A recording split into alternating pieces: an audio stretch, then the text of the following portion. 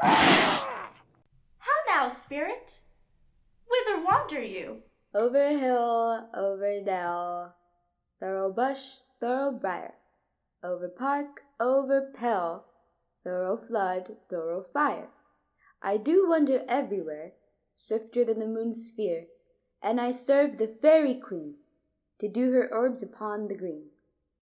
The cowslips tall her pensions be, and their gold-coat spots you see. Those be rubies, fairy favors, in those freckles live their savors. I must go seek some dewdrops here, and hang a pearl in every cowslip's ear. Farewell, thou lob of spirits, I'll be gone. Our queen and all her elves come here anon. The king doth keep his reveals here tonight. Take heed the queen come not within his sight. For Oberon is passing foul in wrath, because that she, as her attendant, hath a lovely boy stolen from an Indian king. She never had so sweet a changeling, and jealous Oberon would have that child, knight of his train, to trace the forest wild. But she perforce withholds the loved boy, crowns him with flowers, and makes him all her joy. And now they never meet in grove or green, by fountain clear or spangled starlight sheen, but they do square that all their elves for fear creep into acorn cups and hide them there.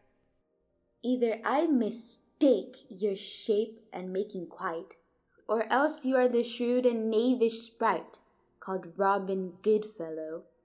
Are not you he that frightened the maiden of the villagery, skim milk, and sometimes labor in the quern, and bootless make the breathless hushwife churn, and sometimes make the drink to bear no barn, mislead night wanderers, laughing at their harm? Those that hobgoblin call you, and sweet Puck, you do their work, and they shall have good luck. Are not you he? Thou speakest aright. I am that merry wanderer of the night.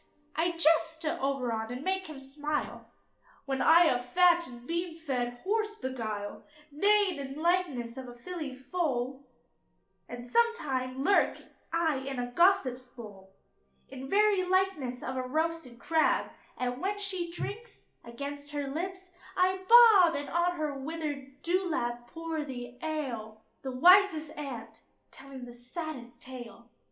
Sometime for 3-foot stole mistaketh me. Then I slip from her bum, down topples she, and Tailor cries, and falls into a cough, and then the whole choir hold their hips and luff, and waxen in their mirth and knees, and swear a merrier hour was never wasted there.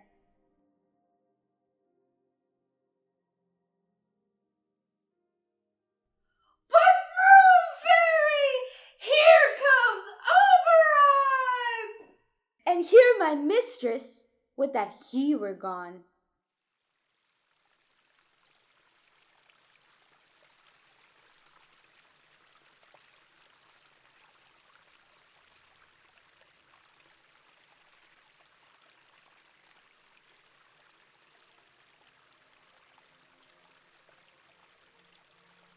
I'll met by moonlight, proud Titania. What? Jealous Oberon? Skip hence. I have forsworn his bed and company. Tari, rash wanton, am I not thy lord? Then I must be thy lady. But I know when thou hast stolen away from fairyland, and in the shape of Corin sat all day playing on pipes of corn and versing love to amorous Phillida. Why art thou here, come from the farthest steep of India, but that, forsooth, the bouncing Amazon, your buskin mistress and your warrior love, to Theseus must be wedded, and you come to give their bed joy and prosperity? How canst thou thus for shame, Titania? Glance at my credit with Hippolyta, knowing I know thy love to Theseus. Didst not thou lead him through the glimmering night, from whom he ravished, and make him with fair break his faith with Ariadne and Antiopa? These are the forgeries of jealousy. And never since the middle summer spring met we on hill, in dale, forest, or mead, by paved fountain or by rushy brook, or in the beached margins of the sea to dance our ringlets to the whistling wind, but with thy brows thou hast disturbed our sport. Therefore the winds, piping to us in vain, as in revenge, have sucked up from the sea contagious fogs, which, falling in the land, hath every pelting river made so proud that they have overborne their continents. The ox hath therefore stretched his yoke in vain. The ploughman lost his sweat, and the green corn hath rotted ere his youth attained a beard. The fold stands empty in the drowned field, and crows are fatted with the murrain flock. The nine men's morris is filled up with mud, and the quaint mazes in the wanton green, for lack of tread, are undistinguishable. The human morals want their winter here. No night is now within hymn or carol blessed. Therefore the moon, the governess of floods, pale in her anger, washes all the air, that rheumatic diseases do abound. And through this distemperature we see the seasons alter. The seasons alter, hoary-headed frosts fall in the fresh lap of the crimson rose, and on old hymns, thin and icy crown, an odorous chaplet of sweet summer buds is, as in mockery, set. The spring, the summer, the chilling autumn, angry winter change their wonted liveries, and the mazed world by their increase now knows not which is which. And the same progeny of evils comes from our debate, from our dissension. We are their parents and original. Do you mend it then? It lies in you. Why should Titania cross her Oberon? I do but beg a little changeling boy to be my henchman. Set your heart at rest. The fairyland buys not the child of me.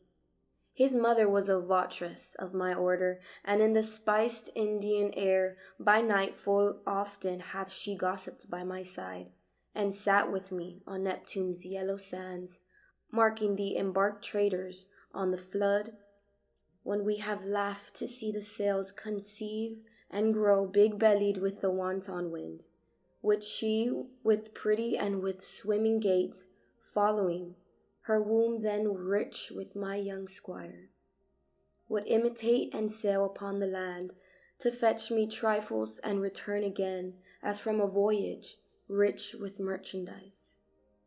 But she, being mortal, of that boy did die, and for her sake do I rear up her boy, and for her sake I will not part with him. How long within this wood do you intend to stay? Perchance till after Theseus's wedding day, if you will patiently dance in our round and see our moonlight revels, go with us. If not, shun me, and I will spare your haunts. Give me that boy, and I will go with thee. Not for thy fairy kingdom. Fairies away. We shall chide downright if I longer stay.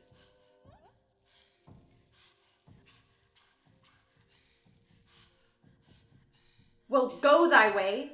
Thou shalt not from this grove till I torment thee for this injury.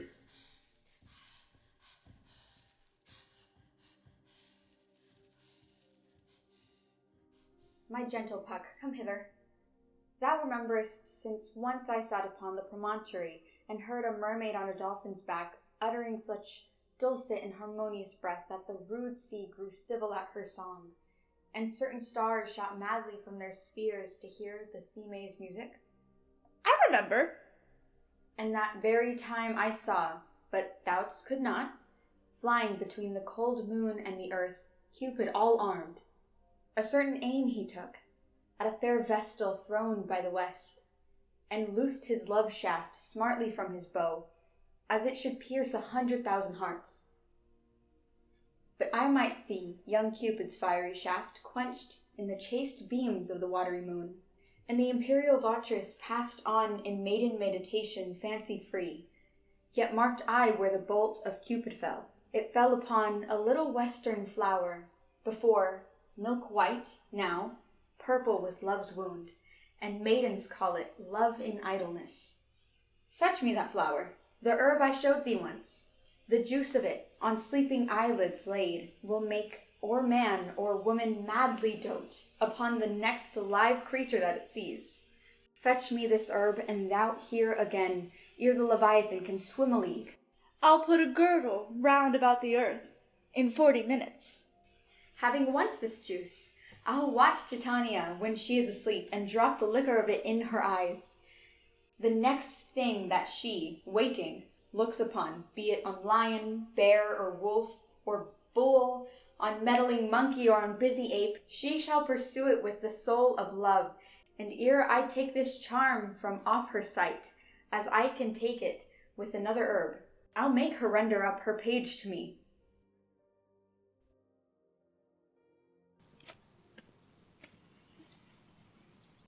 But who comes here? I am invisible, and I will overhear their conference. I love thee not, therefore pursue me not. Where is Lysander and fair Hermia? The one I'll stay, the other stay of me. Thou toldst me they were stolen unto this wood, and here am I, wood within wood, all because I can't find my Hermia. Hence, get thee gone, follow me no more. You draw me, you hard-hearted adamant, but yet you draw not iron, for my heart is true as steel. Leave you your power to draw, and I shall have no power to follow you. Do I entice you? Do I speak you fair? Or rather, do I not in plainest truth tell you I cannot, nor will not love thee? And even for that do I love you the more. I am your spaniel, and Demetrius, the more you beat me, I will fawn on you. Use me but as your spaniel, strike me, neglect me, lose me, only give me leave, unworthy as I am, to follow you. What worser place can I beg in your love, and get a place of high respect with me, than to be used as you use your dog? Tempt not too much the hatred of my spirit, for I am sick when I look on thee. And I am sick when I look not on you. You do impose your modesty too much to leave the city and commit yourself into the hands of one who loves you not, to trust the opportunity of night and the ill counsel of a desert place with the rich worth of your virginity. Your virtue is my privilege. It is not in the night that I do see your face, therefore I think I am not in the night. Nor doth this wood lack worlds of company, for you, in my respect, are all the world. Then how can it be said that I am alone, when all the world is here to look on me? I will run from thee, and hide in the brakes, and leave thee to the mercy of the wild beasts. The wildest hath not such a heart as you. Run when you will, the story shall be changed. Apollo flies, and Daphne holds the chase. The dove pursues the griffin. The mild hind makes speed to catch the tiger. Bootless speed, when cowardice pursues, and valor flies. I will not state thy questions. Let me go. If thou follows me, believe it not, but I will do thee mischief in the wood.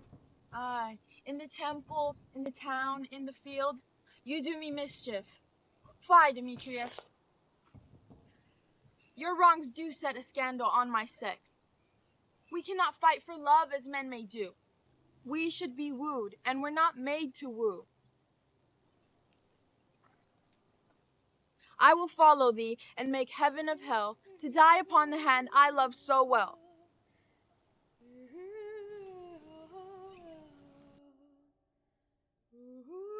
Fare thee well, nymph. Hast thou the flower there? I pray thee, give it to me. I know a bank where the wild thyme blows, where oxlips and the nodding violet grows, quite over-canopied with luscious woodbeam. With sweet musk roses and with elegantine, there sleeps Titania some time of the night, lulled in these flowers with dances and delight, and there the snake throws her enameled skin, weed wide enough to wrap a fairy in, and with the juice of this I'll streak her eyes, and make her full of hateful fantasies. Take thou some of it, and seek through this grove. A sweet Athenian lady is in love with a disdainful youth. Anoint his eyes, but do it when the next thing he espies may be the lady. Thou shalt know the man by the Athenian garments he hath on. Affect it with some care, that he may prove more fond on her than she upon her love. And look thou meet me ere with the first cock crow. Fear not, my lord, your servant shall do so.